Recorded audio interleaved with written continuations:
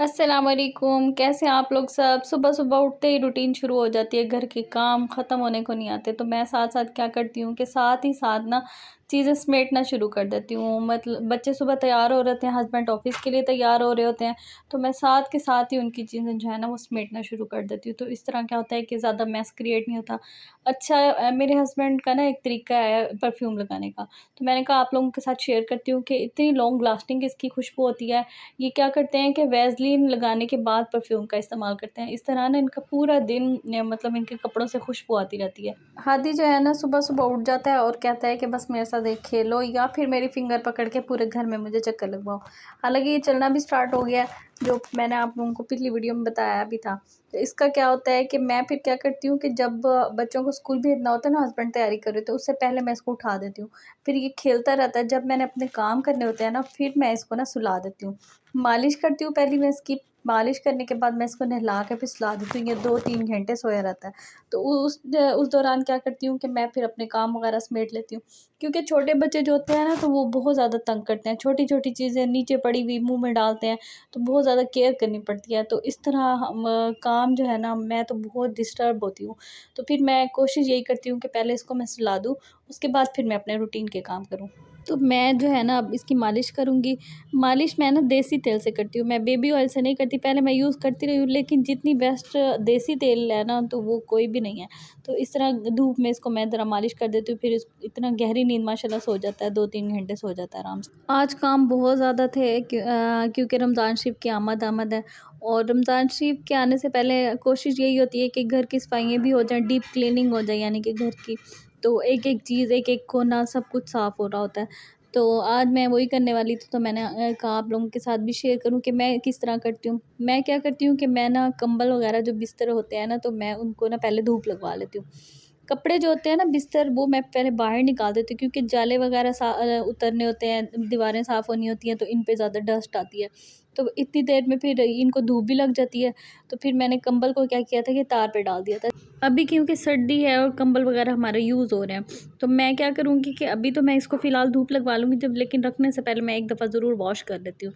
तो अगर आपके पास वॉश करने का टाइम ना हो, मतलब अगर आपने नेक्स्ट सीज़न में अगर आप लोग वॉश करते हो, मतलब यूज़ करने से पहले, तो आप क्या किया करें कि उसको लाज़मी धूप लगवा लिया करें। तो यहाँ पे मैं अब इन चीज़ों को ना, छोटा कंबल भी मैंने डाल दिया था, हादी का भी, बच्चों का भी बाहर निकाल दिया था। तो अब मैं क्या करूँगी कि अब मैंने ना मैट्रेस को भी धूप लगवानी है, क्योंकि इस दफ़ा सर्दी बहुत ज़्यादा पड़ी है और कपड़ों में ऐसे है कि नमी है। तो इन चीज़ों को भी धूप लगवाना बहुत ज़्यादा ज़रूरी होता है। फर्नीचर को तो हम लोग बाहर निकाल नहीं सकते। हालाँकि फ़र्नीचर को भी धूप लगवानी चाहिए, और गर्म बिस्तर वगैरह को भी, कम्फ़र्टर वगैरह जो होते हैं, ये मैट्रेस होते हैं, इनको भी धूप लगवाना बहुत ज़्यादा ज़रूरी होती है। तो मैं तो यही करती हूँ कि जब मैं रूम्स की सफ़ाई करती हूँ ना, तो मैट्रेस तक भी मैं बाहर निकाल देती हूँ, ताकि उसको हवा भी लग जाए, धूप भी लग जाए। तो अच्छा, यहाँ पे ना कौन-कौन ऐसे करता है कि मैट्रेस के नीचे चीज़ें रख देता है। मैं अक्सर ही ऐसे करती हूँ कि रख के भी चीज़ भूल जाती हूँ।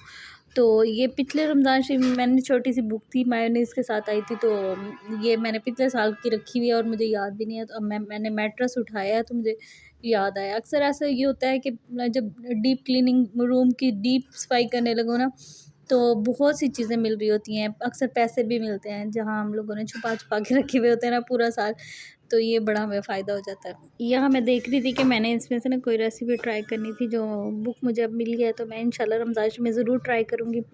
मुझे पैसे मिले थे ये 10 का नोट। ये देखिए कितना कड़क पड़ा है ना, यानी कि मैट्रेस के नीचे बिल्कुल सीधा-सीधा। अच्छा, कौन-कौन ऐसे करता है मुझे कमेंट में ज़रूर बताइएगा। चलें, अब मैंने सफाई स्टार्ट कर दी थी। पहले मैं दोबारा साफ़ कर लूँगी, उसके बाद मैंने जाले वगैरह जो है ना वो अच्छे से साफ़ कर लूँगी। अब आप लोग यहाँ मुझे देख रहे होंगे कि मैं कपड़े का इस्तेमाल क्यों कर रही हूँ। ब्रश भी मेरे पास है, लेकिन वो थोड़ा ख़राब भी हो गया था, रफ़ हो गया था। लेकिन मुझे ये लगता है कि जितना अच्छा कपड़े से साफ़ होता है ना, तो वो ब्रश वगैरह भी इतने अच्छे साफ़ नहीं करते। कपड़े से दीवार की सफाई जो है ना वो बहुत ज़्यादा अच्छी होती है, दीवारें हमारी बिल्कुल साफ़ हो जाती हैं। ब्रश से क्या होता है कि कहीं-कहीं तो साफ़ हो जाता है, और कहीं अक्सर ही मिट्टी वगैरह रह जाती है, लेकिन कपड़े से बिल्कुल अच्छे से नीट सफाई हो जाती है।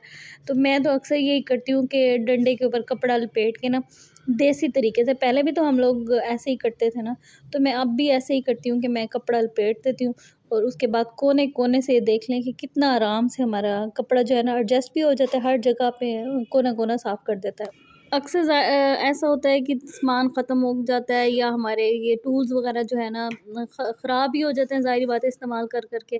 तो मार्केट ही जाने का ना इंतज़ार करते रहें तो उससे बेहतर है कि कोई घर में ही जुगाड़ लगा के ना तो काम कर लिया जाए, बजाय इंतज़ार करने के कि अब ब्रश आएगा तो मैं ये काम करूँगी।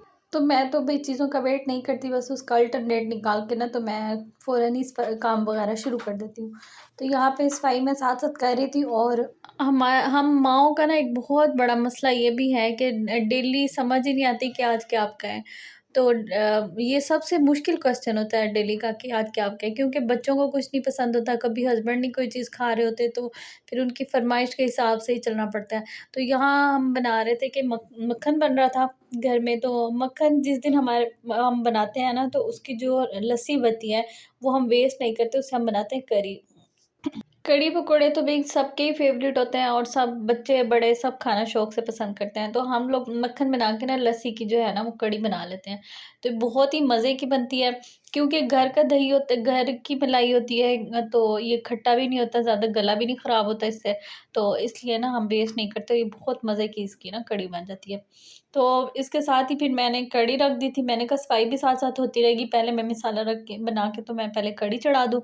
क्योंकि इसको पकने में थोड़ा-सा टाइम लगता है, तो फिर यहाँ पे मैंने जो है ना कढ़ी बनाने के लिए रख दी थी। उसके बाद मैं साथ-साथ दूसरे काम भी कर लूँगी। तो भई कैमरे के सामने जितना नज़र आ रहा होता है ना, यानी कि अगर आपको 10% है ना, 10% में से 1% भी आपको कैमरे के सामने नहीं नज़र आ रहा होता, कि मतलब पीछे इतना ज़्यादा काम होता है ना, बहुत ज़्यादा काम होता है। साथ-साथ फिर हम हाउसवाइफ़ का ये भी होता है कि खाना भी बनाना है, साथ-साथ घर की सफाई भी करनी है। तो कपड़ों को मैंने बाहर धूप लगवाने के लिए रख दिया था, और उसके बाद मैंने अब कढ़ी चढ़ा दी थी। जब तक ये पकती है तो मैं दूसरे काम भी कर लूँगी, हादी क्योंकि सोया हुआ है, तो मैं साथ-साथ दूसरे काम भी समेट लूँगी। तो ये देख लें कि अब ये कितनी गाढ़ी हमारी बगैर दही डालने की भी ज़रूरत नहीं पड़ती, और इतनी अच्छी कढ़ी ये बन जाती है ना। तो पहले लोग तो ऐसे ही करते थे कि चाटी से जो मक्खन निकालते थे ना, तो जो मक्खन के बाद वाली लस्सी बचती थी, तो उससे क्या करते थे कि या तो वो पी लेते थे, या फिर कढ़ी वग़ैरह बना लेते थे। तो हम तो अब भी वेस्ट नहीं करते, हम इसी तरह इस्तेमाल करते हैं। तो अब आगे जो है ना, साथ अब मेरी बाकी की सफाई मैं यहाँ दिखा दूँ कि बेड के पीछे कितना ज़्यादा गंद था। तो मतलब अब डेली रूटीन में तो ये सफाई नहीं होती ना, कौन डेली के डेली बेड हटाए और इस तरह डीप क्लीनिंग करे। ने मैट्रेस हटाया था ना, तो ये देखिए साइडें भी नज़र आ रही थी, तो यहाँ भी मैंने अच्छे से सफाई कर ली थी। सफाई करने के बाद कितना सुकून हो जाता है ना, कि मतलब अब आपका घर साफ हो जाए, प्रॉपर मैनेज हुआ हुआ हो, तो मतलब एक हल्का-हल्का फ़ील होने लग जाता है। तो यहाँ विंडो वगैरह ये जो है, ये जालियाँ भी मैंने अच्छे से साफ़ कर ली थी।